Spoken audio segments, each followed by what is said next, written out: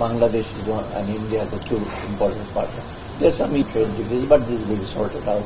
They have, Excellency has said that.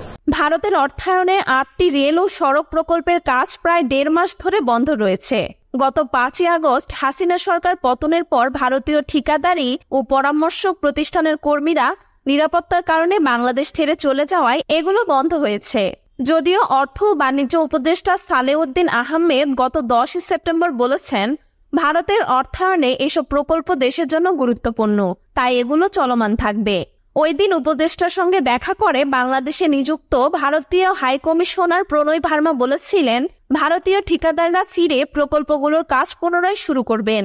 প্রকল্প কর্মকর্তারা বলেছেন, গণ অভ্যুত্থানে আওয়ামী লীগ সরকারের পতনের 2-3 দিন পর ভারতীয় হাই কমিশনের নির্দেশে ভারতীয় অর্থায়নে পরিচালিত প্রকল্পগুলোর সঙ্গে জড়িতরা ঢাকা ছাড়েন।